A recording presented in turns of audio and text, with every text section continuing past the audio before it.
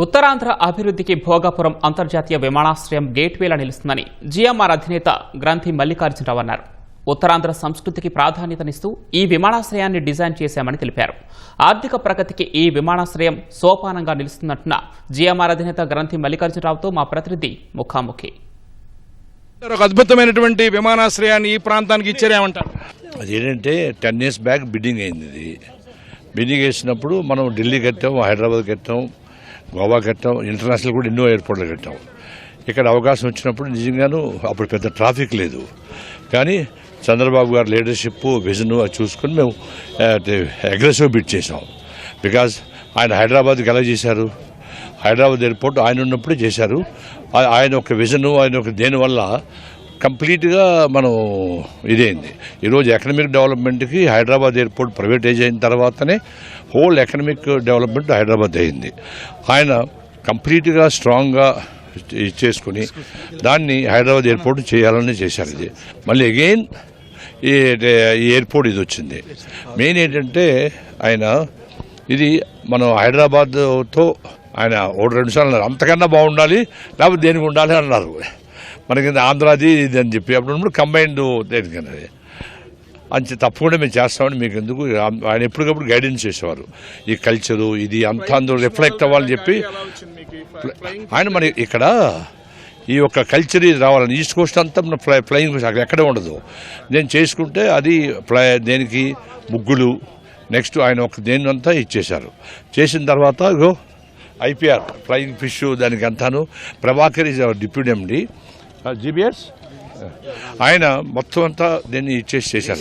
దాన్ని డిజైన్ చేసి ఎలా చేయాలని చేసి చేశారు. అది అయిన తర్వాత మళ్ళీ అగైన్ లోకేష్ గారు, ఆనరబుల్ మినిస్టర్ లోకేష్ గారు, సీఎం గారు 6 months హ్యాడ్ పెట్టాలన్నారు. 6 months వెరీ బిగ్ ఛాలెంజ్ ఇది. అప్పుడు Prabhakar night and days team, Prabhakar whole team ఆయన వర్కౌట్ చేసిన అంత హోల్ టీమ్ అంతాను చేసుకొని దాన్ని 6 monthsకి హ్యాడ్ చేశారు. అనుకున్న ప్రామిస్ ప్రకారం ఇది చేసాం. అల్లూరు సీతారామ స్టాట్యూ కూడా ఎప్పుడైపోద్ది బాబు? 17th అయిపోతుంది. 17th మంచి రోజు, 17th ఓపెన్ చేస్తున్నాం మనం. ఇగో మా ఎంపీ గారు అందరూ కూడా ఫుల్ సపోర్ట్ మాకు అందరూ.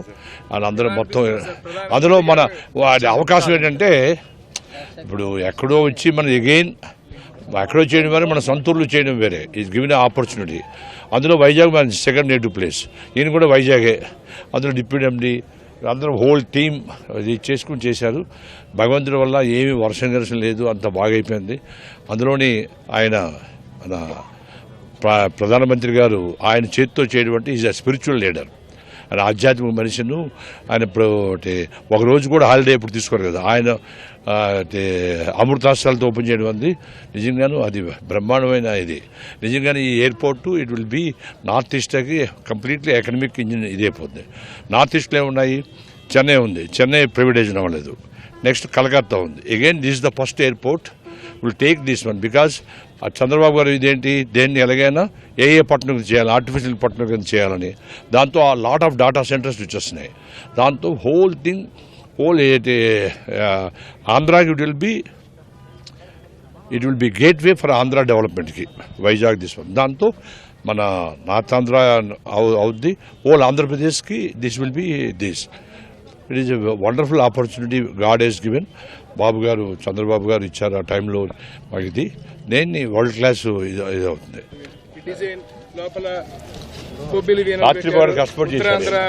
చక్కటి జానపద కళారూపాలు పెట్టారు. ఏమనిపిస్తుంది? ఫస్ట్ అండ్ ఫార్వర్డ్ మేము ఆంధ్రాకి వైజాగ్కి సంబంధించింది. మరి అందులో మరి ఇంత చైర్మన్ గారు మన జీఎం రావు గారు ఇంత సపోర్ట్ ఇచ్చి చేయాలి. ఆంధ్రాది కల్చర్ అంటే మన ఆంధ్ర వాళ్ళు అంత చేయాలి. అందుకే మొదటి వెలివేట్ చేసి చార్జ్ చేస్తాం. ఇది గేట్ ఆఫ్ ది ఈస్ట్ అంతే. Thank you. ఉత్తరాంధ్ర ఆర్థిక ప్రగతికి అల్లూరి సీతారామరాజు అంతర్జాతీయ విమానాశ్రయం ఎంతో దోహదం చేస్తుంది. ప్రధాని మోదీ చేతుల మీదుగా దీన్ని ప్రారంభోత్సవం చేసుకోవడం పట్ల ఎంతో ఆనందం ఉందని జీఎంఆర్ సంస్థల అధినేత గ్రంథి మల్లికార్జున చెప్తున్నారు. కెమెరా పర్సన్ సురేష్తో ఆదిత్య పవన్, విశాఖపట్నం.